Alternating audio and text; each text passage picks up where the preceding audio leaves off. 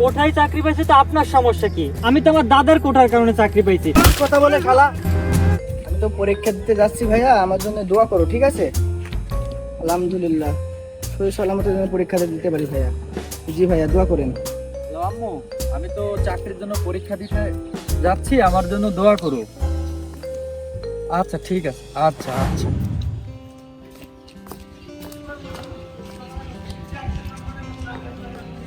ভাইয়া, আপনার পরীক্ষা কেমন হলো? আলহামদুলিল্লাহ অনেক ভালো হয়েছে, সব প্রশ্নের অ্যান্সার দিছি, এখন ভাগ্যে যা আছে তাই হবে। আচ্ছা। ভাইজান, ভাইজান, ওয়ালাইকুম আসসালাম ভাই। পরীক্ষা তো মোটামুটি সবারই ভালো হয়েছে বলে। তাহলে রেজাল্টের দিন আসছেন, দেখা করে দেন, মিষ্টি খাই যান। আচ্ছা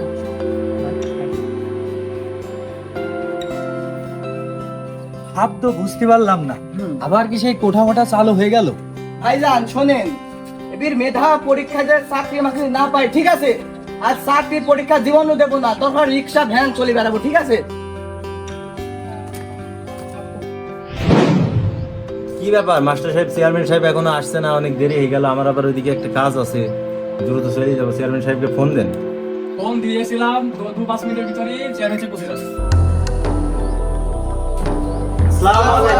ওয়ালাইকুম আসসালাম। আলহামদুলিল্লাহ ভালো আছি। যাই হোক, আপনাদের খুব কষ্ট দিয়ে ফেললাম। ইউনিয়নে একটা মেয়ে লিখে এসেছিল, ঠিক আছে? এই তো একটু দেরি হয়ে গেল। আচ্ছা ঠিক আছে, আপনারা বসেন। চেয়ারম্যান সাহেব, তাহলে অনেকক্ষণ ধরে বসে আছি। হ্যাঁ, পরীক্ষার রেজাল্টটা আপনি মাস্টার সাহেবের কাছ থেকে দেখেন, দেখি ঘোষণা করে দেন, ঠিক আছে?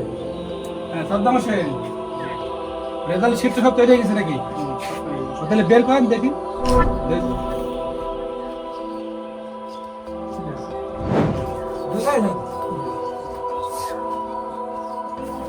সাদ্দাম সাহেব, তাহলে রেজাল্টটা আপনি ঘোষণা করেন, ওঠেন। আসসালামু আলাইকুম। ওয়ালাইকুম আসসালাম। আমাদের স্কুলের যে নিয়োগের পরীক্ষা হয়েছে, আজকে সেই নিয়োগের ফলাফল আজকে ঘোষণা করা হবে। আপনারা মনোযোগ সহকারে এই ফলাফলটা ভালো করে শুনবেন, ঠিক আছে? ইনশাআল্লাহ। আচ্ছা। আচ্ছা বলেন বলেন। Piyal Hasan 70 marks, Nahid Hasan 80 marks, Ashikuzzaman Rinku 90 marks.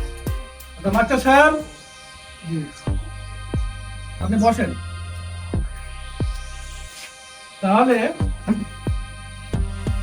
এই ফলাফল তো আপনারা সবাই শুনলেন নাকি? জি জি। আচ্ছা নাহিদ হাসান, আপনার কি কোনো কোঠা আছে নাকি? জি না। নেই। ঠিক আছে, বসেন। তা রিঙ্কু সাহেব, জি আপনার কোনো কোঠা আছে নাকি? জি না, নাই। নেই। আচ্ছা সভাপতি সাহেব, জি বলেন।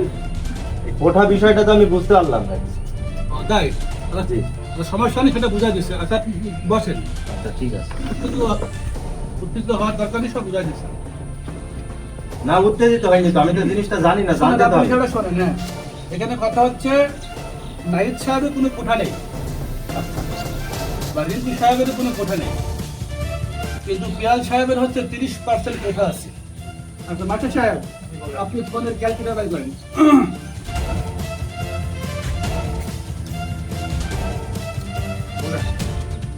পিয়াল একটা যোগ করেন। হ্যাঁ, পিয়ালের আছে 70 মার্ক হয়েছে, প্লাস কোঠা অনুযায়ী তারা আছে 30 মার্ক।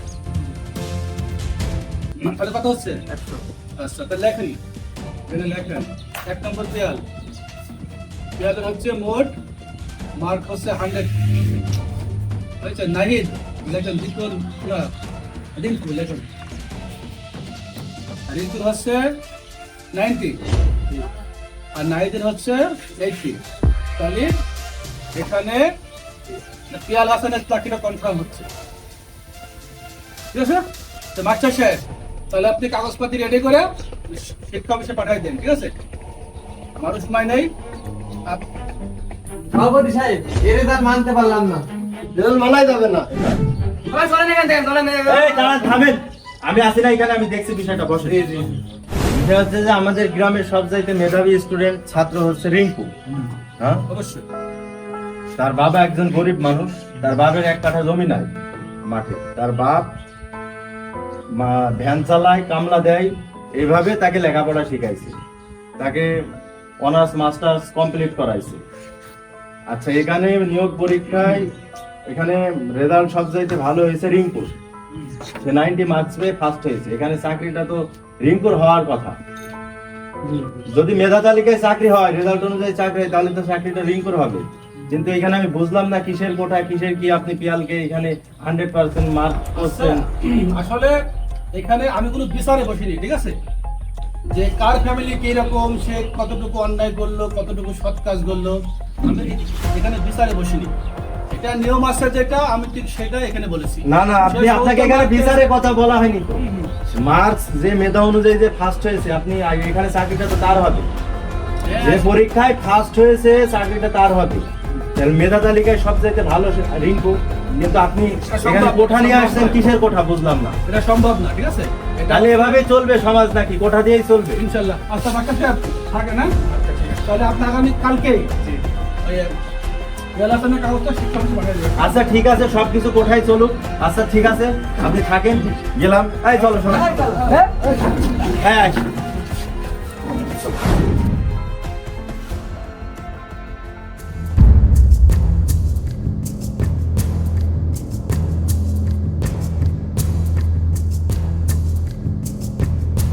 এই নাম, কার্তিক নাম, তুই নামতে বলছি, নাম, সমস্যা, অনেক সমস্যা, নাম। এই রিঙ্কু, গাড়ি তো, গাড়ি চালা, এই মাঝখানে ওঠ।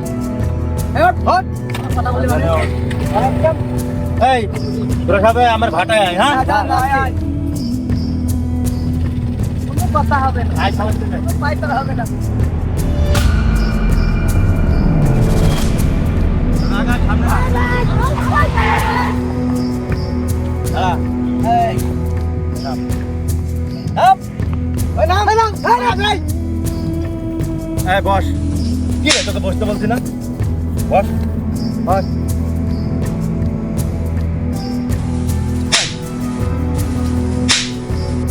ভাই আমার অপরাধটা কি, আমাকে মারছেন ভাই? আমি কি অপরাধ করছি ভাই? ভালো করে বস। ভাই ঠিকই তো আছে, বস। ভালো করে বস।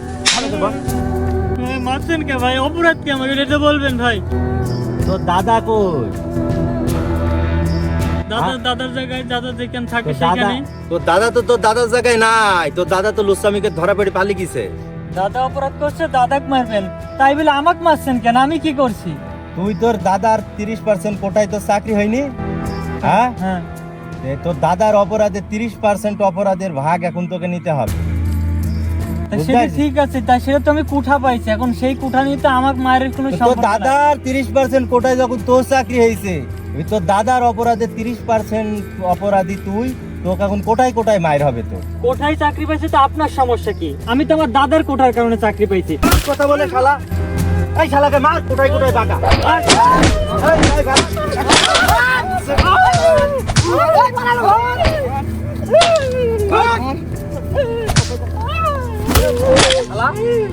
খুব কষ্ট করে পড়াশোনা করেছি শালা, বাবা ভ্যান চালিয়ে টাকা দিচ্ছে, 90% মার পাই আমি চাকরি নেই। মার শালাকে মার। 30% কোঠার মায়ের হয়ে গেছে। আসলে আমাদের এই দেশে কোটা সংস্কার অতীব প্রয়োজনীয়, খুবই জরুরি।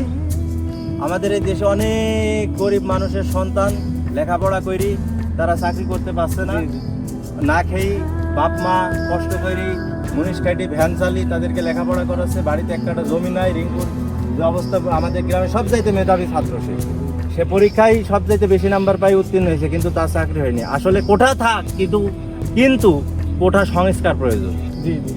আচ্ছা ঠিক আছে, হয়েছে, চ সবাই চ।